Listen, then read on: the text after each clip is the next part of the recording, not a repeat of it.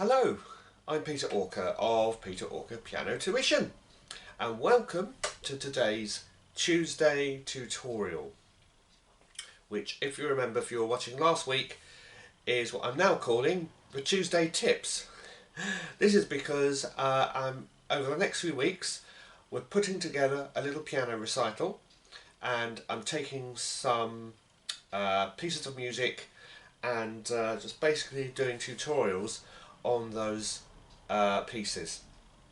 And there are going to be 4 pieces, a Baroque piece which we started last week, we're then going to do 2 from the classical period and then 1 from the modern era. So stay tuned for all those. But today it's the second week of looking at Scarlatti Sonata in E major, Kirkpatrick number 380, which is the one that starts like this.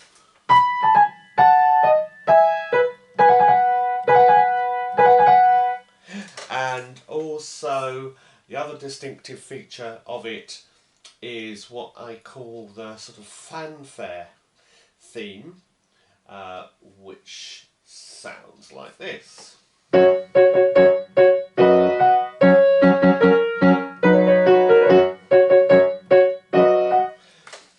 Now, the reason why I highlight particularly that fanfare theme is because as we move into the next section of the music, in my edition it's printed on 4 pages, and I think that's in most editions that's probably the way it's been done.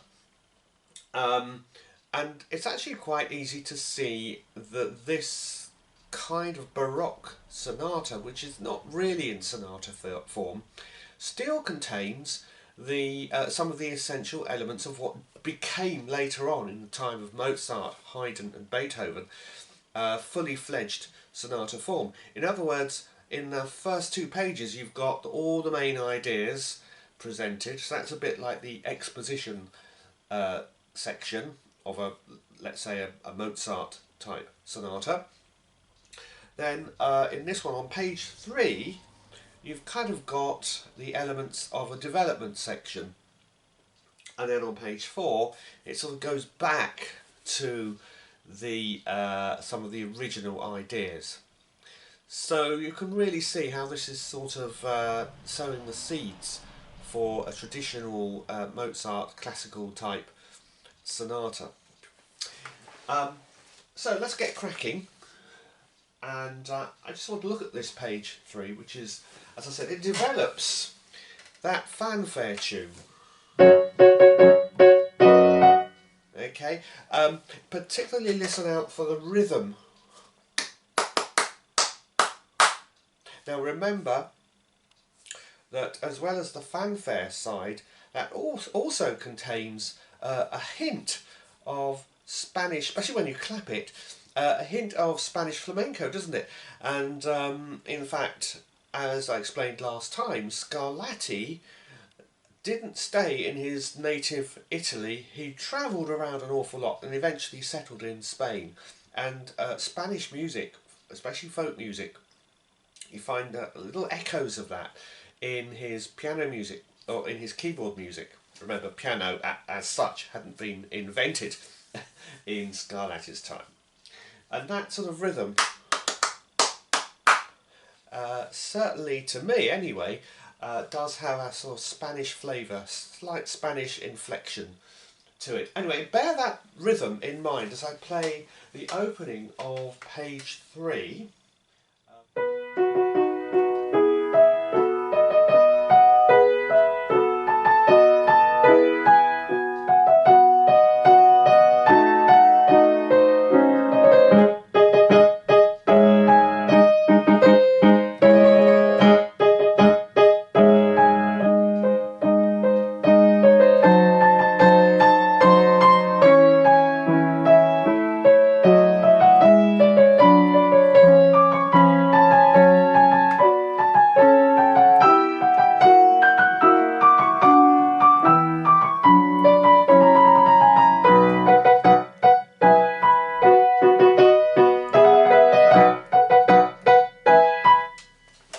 I'm going to stop there. That's the end of page 3 in my edition. And really what at the end of that page was the what might be called the recapitulation, in if this had been a traditional Mozart style sonata. And you heard that fanfare coming back in. And the 4th page is really just taking material and repeating it from what we did last week, with a few tiny changes. So I really want to focus our attention on that section that I just played. Now here is where you really do need, or I really would advise you to spend plenty of time doing practice hands separately. Now the left hand part is actually quite straightforward. It's more or less nearly all the way through, just in straight crotchets like this. But once you get to there anyway.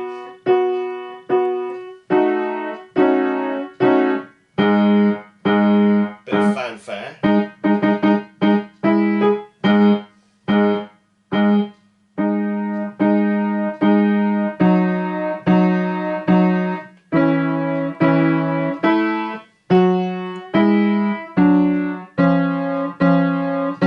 Into treble clef.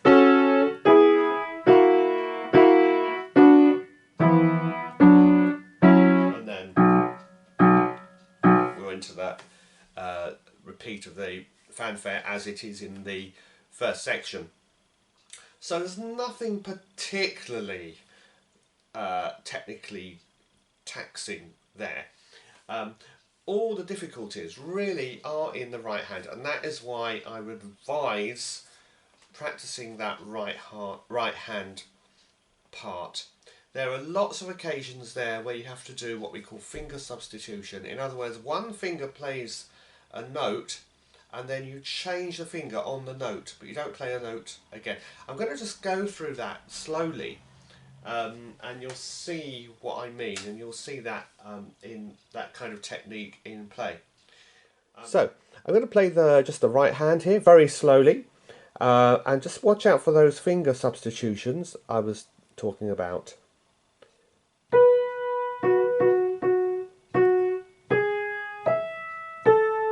2-part playing here.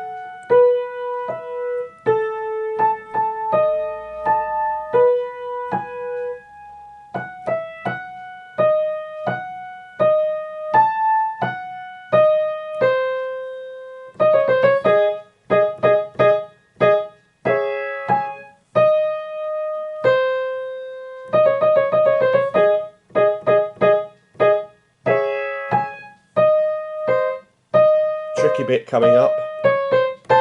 Finger substitution there.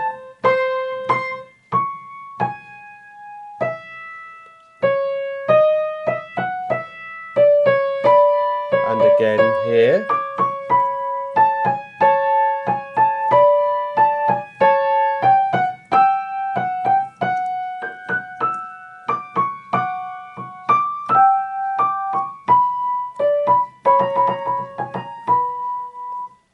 And then we're back into a sort of fanfare repeat. And then from the bottom of page 3 to the end, it's really, there's not really any new material here. It's really repeating what we had before, but in the home key, or coming towards the home key of E major, I should say. I'll just play through it.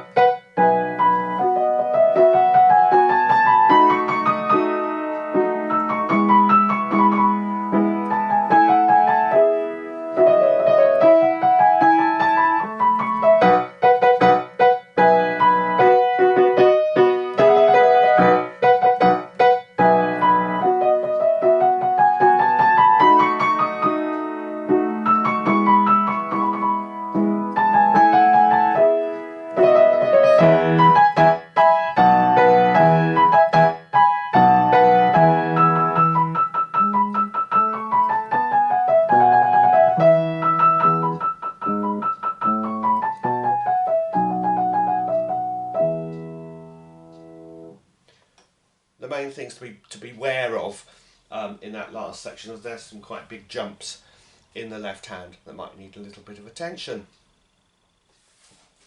Well, I hope you enjoyed today's session. Happy practicing, and we will next week we'll do one more week on this, and we'll put everything together, and I will give some indication of what you can do, for instance, with the pedal. There's two schools of thoughts on pedal, and in terms of playing Baroque music. Some musicians say just don't. Others say use it sparingly. I'm in that second camp of use the pedal sparingly, but we'll discuss that in the next session, next Tuesday. And just putting the final polish, really, little things you can do to put the final polish on the performance. Well, thanks for watching today, and I look forward to next week's Tuesday tutorial. Bye for now.